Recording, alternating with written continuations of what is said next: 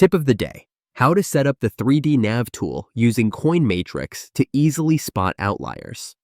Start by opening the terminal and select 3D nav from the menu. Then, switch the graph type to Coin Matrix. Now, pick 3 indicators to analyze together.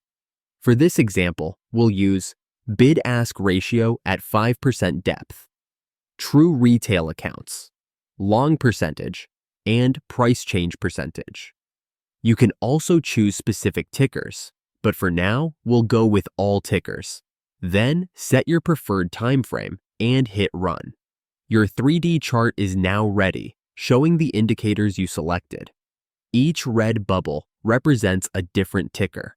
You can rotate the chart freely. This makes it easy to spot outliers.